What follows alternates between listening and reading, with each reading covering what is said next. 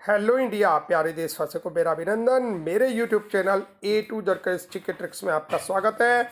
आपको मिलता है भारतीय संविधान के बारे में। आज मैं आपको यहाँ भारतीय संविधान के कुछ इंपॉर्टेंट क्वेश्चन बताऊंगा। तो चलिए शुरुआत करते हैं आज के संविधान के मोस्ट इंपॉर्टेंट क्वेश्चंस की। अनअकैडमी के इस ऐप में आपका स्वागत है। अनअकैडमी पे मेरी क्लास रोजाना सुबह 7 बजे करंट अफेयर्स की चलती है। 8 बजे हरियाणा टेट का बैच एक मैं आपको कराता हूँ और रात को 8 बजे मैं आपको कराता हूँ स्पेशल क्लास। तो शुरुआत करते हैं इन क्वेश्चन की। नीति निर्देशक तत्वों का क्रियान्वयन किस बात पर निर्भर करता है? सरकार के पास उपलब्ध संसाधनों पर। मौलिक अधिकार व राज्य के नीति निर्देशक तत्वों में क्या समानता है? ये एक दूसरे के पूरक है। राज्य के नीति निर्देशक तत्व आयरलैंड के संविधान से लिए गए थे। क्या नीति निर्देशक तत्वों को कार्यान्वित करने के लिए मूल अधिकारों का हनन हो सकता है? कुछ का हो सकता है। समान कार्य के लिए समान वेतन भारत के संविधान में कहाँ सुनिश्चित किया गया? राज्य के नीति निर्देशक तत्वों में। भारत के संविधान में अंतर्राष्ट्रीय सुरक्षा को प्रोत्साहन देना कहाँ सन्निहित है? राज्य के नीति निर्देशक तत्वों में सम्मिलित है। राज्य के नीति निर्देशक तत्व एक ऐसा चेक है जो बैंक की सुविधा अनुसार अदा किया जाएगा। यह कथन किसका है? के.टी. शाह ने यह बात कही थी। भारतीय संविधान का कौन सा अंग समाजवादी व्यवस्था करने की प्रेरणा देता है? नीति निर्देशक तत्व समाजवादी व्यवस्था करने की प्रेरणा देते हैं। भारतीय संविधान में राज्य के नीति निर्देशक सिद्धांतों को शामिल करने का मुख्य उद्देश्य क्या था? कल्याणकारी राज्य की स्थापना करना इसका प्रमुख उद्देश्य था। संविधान का कौन सा अंश भारत के नागरिकों को आर्थिक न्याय प्रदान करने का संकेत करता है? नीति निर्देशक तत्व।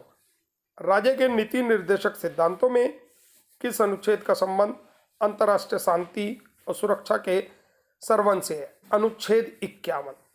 राज्य के नीति निर्देशक सिद्धांतों के अनुसार किस आयु के बच्चे को निःशुल्क व अनिवार्य शिक्षा का प्रावधान है?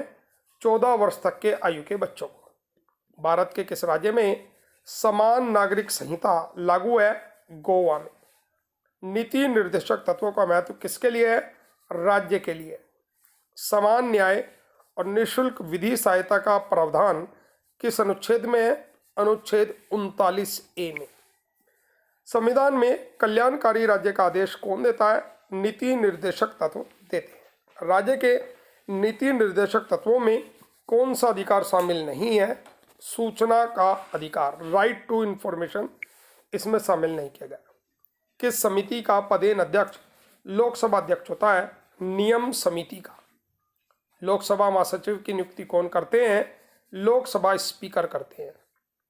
कोई स्पीकर के खिलाफ अविश्वास प्रस्ताव लाया गया है, ये बात किसने कही थी? के.एस. हेगड़े के खिलाफ सबसे पहले अविश्वास प्रस्ताव लाया गया था। लोकसभा का जनक किसे कहा जाता है? जी.वी. मावलंकर को कहा जाता है। इसका मतलब है ये लोकसभा के पहले स्पीकर थे, गणेश वासुदेव मावलंकर। लोकसभा के प्रथम उपाध्यक्ष कौन थे? अनंत शयनम अयंगर इसके पहले उपाध्यक्ष थे। किस लोकसभा अध्यक्ष का कार्यकाल सबसे लंबा रहा? श्री बलराम जाखड़ का कार्यकाल सबसे लंबा रहा। लोकसभा के अध्यक्ष या उपाध्यक्ष की अनुपस्थिति में लोकसभा की अध्यक्षता कौन करता है? लोकसभा का सबसे वरिष्ठतम सदस्य करता है। और मैं आपको बता दूं, जब नई लोकसभा बनती है तो वहाँ पे लोकसभा स्पीकर के रूप में प्रोटेम स्पीकर का एक पद सृजित किया जाता है, जिसमें लोकसभा का वरिष्ठतम सदस्य को प्रोटेम स्पीकर का दर्जा दिया जाता है। राष्ट्रमंडल अध्यक्षों के सम्मेलन का पदेन महासचिव कौन होता है? लोकसभा का महासचिव होता है। भारत के लोकसभा अध्यक्ष यानी स्पीकर किस देश के हाउस ऑफ कॉमन्स के अध्यक्ष की तरह होते हैं? इंग्लैंड के। भारत की प्रथम महिला लोकसभा अध्यक्ष कौन थी? मीरा कुमार थी और ये बाबू जगजीवन राम की बेटी थी। वो हमारे श्रम मंत्री रहे। लोकसभा अध्यक्ष का चुनाव कौन करता है? लोकसभा सदस्य करते हैं। लोकसभा का अस्थायी अध्यक्ष कौन नियुक्त करता है? राष्ट्रपति के द्वारा अस्थायी अध्यक्ष को नियुक्त किया जाता है। लोकसभा अध्यक्ष अपना त्यागपत्र किसे देता है? लोकसभा उपाध्यक्ष को देता है। निर्णायक मत देने का अधिकार किसको है? लोकसभा अध्यक्ष को। मान लिया बिल्कुल बराबर वोटिंग हो गई, 50 एक साइड हो गए, 50 एक साइड हो गए, तब निर्णायक मत के लिए लोकसभा अध्यक्ष को वोटिंग जाती है। लोकसभा का सचिवालय किससे नियंत्रित होता है? लोकसभा अध्यक्ष के द्वारा लोकसभा सचिवालय नियंत्रित किया जाता है। भारत के प्रथम लोकसभा अध्यक्ष कौन थे? गणेश वासुदेव मावलंकर।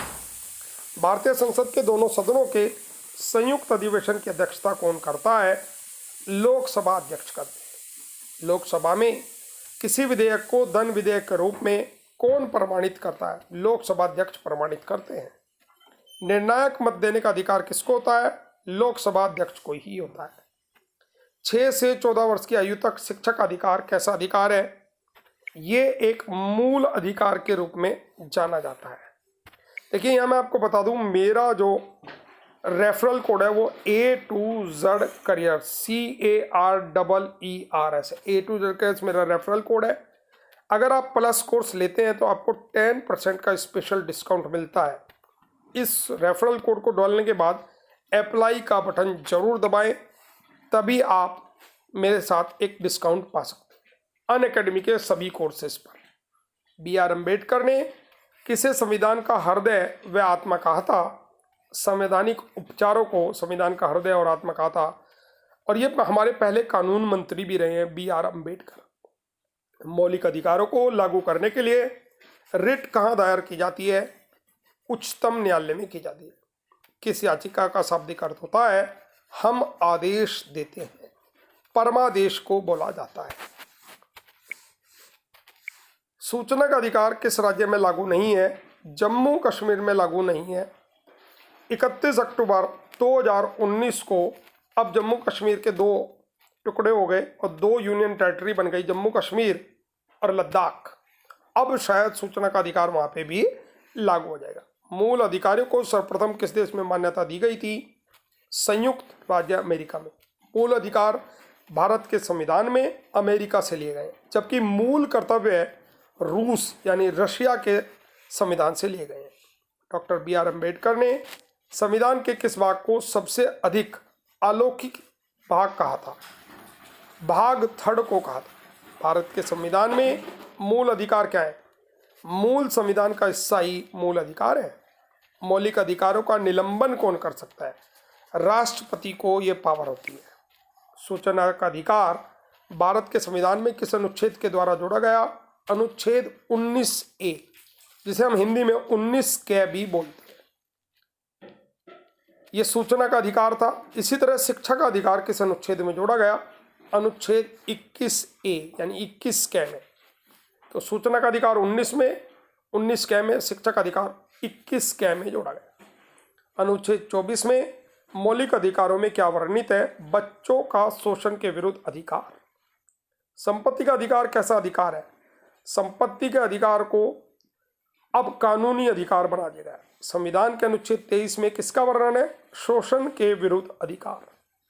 संपत्ति के मौलिक अधिकार को किस संशोधन द्वारा कानूनी अधिकार बना दिया गया था? संविधान के 44वें संविधान संशोधन द्वारा। अब तक 104 संविधान संशोधन पारित हो चुके हैं और संसद में 124 संविधान संशोधन पेश किए जाते हैं। मौलिक अधिकारों में संशोधन का अधिकार किसको है? संसद को। और ये अनुच्छेद 368 में आता है। किस वाद में संसद को मौलिक अधिकारों में संशोधन का अधिकार दिया गया? केशवानंद भारती वाद में। कौन सा मूल अधिकार विदेशी नागरिकों को प्राप्त नहीं है? अभिव्यक्ति की स्वतंत्रता का अधिकार। किसी कैदी को न्यायालय के समक्ष प्रस्तुत करवाने के लिए किस रिट की आवश्यकता होती है? बंदी प्रत्यक्षीकरण की। व्यक्तिगत स्वतंत्रता के लिए कौन सी रिट दायर होती है? Habeas corpus. मौलिक अधिकारों के बारे में सुनवाई करने का अधिकार किसको है? केवल सर्वोच्च न्यायालय को है। भारतीय संविधान में छुआछूत का अंत अस्पृश्यता उन्मूलन किस अनुच्छेद में है? अनुच्छेद 17 में। मौलिक अधिकारों का मुख्य उद्देश्य क्या है? व्यक्तिगत स्वतंत्रता को सुनिश्चित करना। स्वतंत्रता का अधिकार किस अनुच्छेद में वर्णित है? अनुच्छेद 19 से 22 तक में। धार्मिक स्वतंत्रता का अधिकार किस अनुच्छेद में है? अनुच्छेद 25 में। मूल अधिकारियों पर प्रतिबंध लगाने का अधिकार किसके पास है? संसद के पास होता है। प्रेस की स्वतंत्रता किस अधिकार में निहित है? भाषण स्वतंत्रता में। आई होप आपके लिए मोस्ट इम्पोर्टेंट क्वेश्चन बनेंगे जो आपको तैयार करने हैं। इस वीडियो को रोक के एक एक क्वेश्चन की राइटिंग जरूर कर लें, और इसकी पीडीएफ भी आप डाउनलोड कर सकते हैं। बैक जाएंगे तो आपको with annotation, without annotation PDF मिलेगा, उस पीडीएफ को आप डाउनलोड कर सकते हैं। और जल्दी से अगर आपको मेरा वीडियो अच्छा लगा है तो लाइक का बटन दबाएं, और अनअकैडमी पे मेरी क्लास सुबह 7 बजे, सुबह 8 बजे और रात को 8 बजे ज़रूर ज्वाइन करें। और आपको हम पूरे के पूरे वो क्वेश्चन देते हैं जो कॉम्पिटिटिव एग्जाम के लिए इम्पोर्टेंट होते हैं। Thank you very much for the day.